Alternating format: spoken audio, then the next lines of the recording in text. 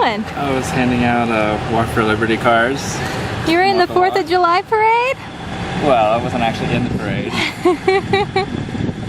Cool.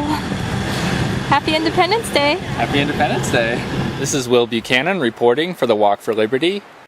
Today is July 5th, 2008, day 83. I passed out a bunch of our Walk for Liberty cards today by walking down the street and handing them out to people who are watching the local Independence Day parade at the town we've been staying at the last couple days. It's interesting, the vast majority of people were more than eager to take the cards, and there were only a few that refused to accept them. I guess most people at parades are used to people handing out things, so they just saw it as one more thing to accept. And I was amused that some people said to me, "Oh, you must be running for some kind of office."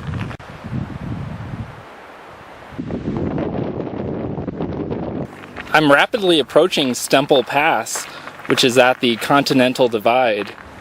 Brooke just informed me via Tough Talker, though, that unfortunately there's no sign marking it as the Continental Divide, so I guess you'll have to Google that yourself to verify it. Here's a shot of our RV at the Continental Divide.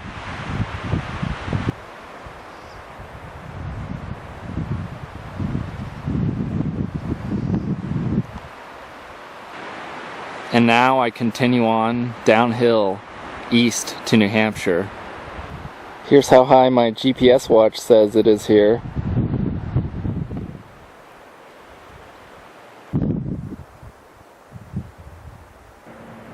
I wonder what that used to be.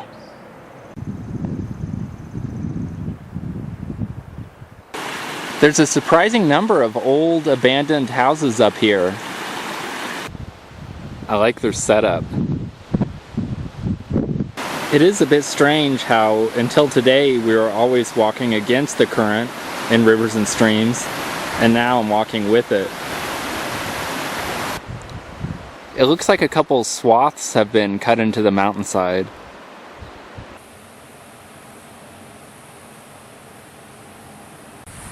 As we were watching the fireworks display last night, I found it interesting that seemingly all of the fireworks that were set off were being done by regular, everyday people, and not by so-called professionals, as I've seen in many towns.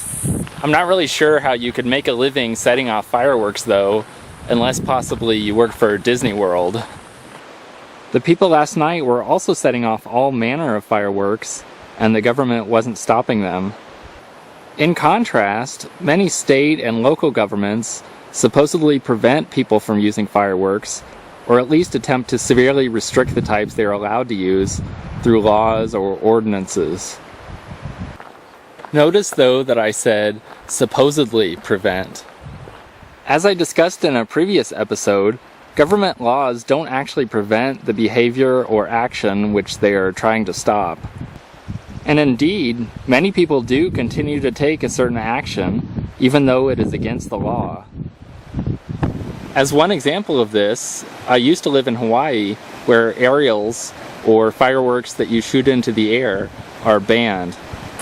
However, as I learned on New Year's Eve, which is just as popular, if not more so, for shooting fireworks than Independence Day is, people still shot off aerial fireworks despite the law.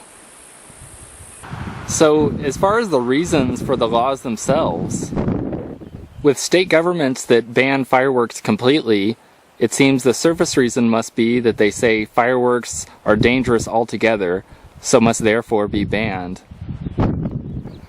Even if it were the case, though, that all fireworks were dangerous, that's a silly reason to pass a law against them. There are innumerable ways you could potentially hurt yourself, and laws don't prevent you from taking those actions. As one example, if you really wanted to, you could go under your bathroom sink, find a bottle of Drano, and chug it down. Even if there were a law against that, which I doubt there is, it wouldn't prevent you from taking that action if you really wanted to do it.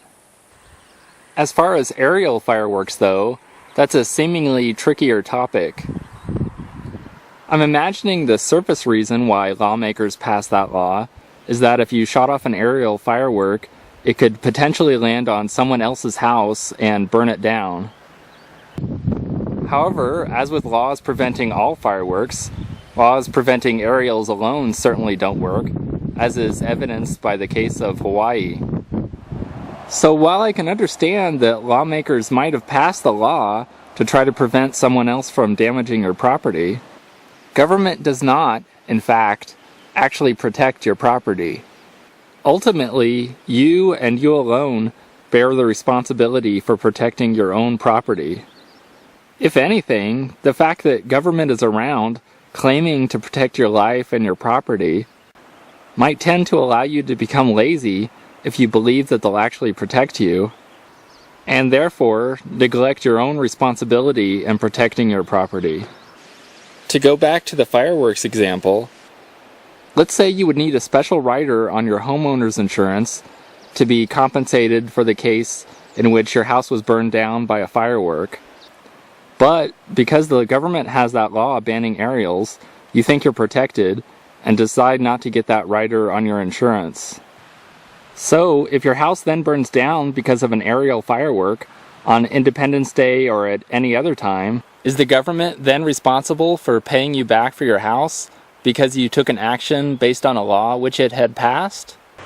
No, of course not. And now you've lost your house because you thought the government was there to protect you.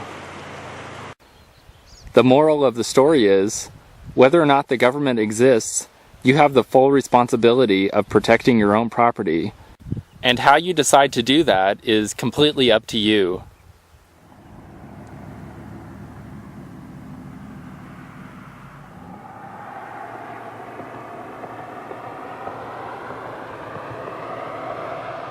I walked 13.5 miles.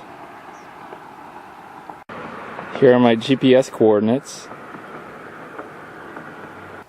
This is Will Buchanan for blog.walkforliberty.com, signing off.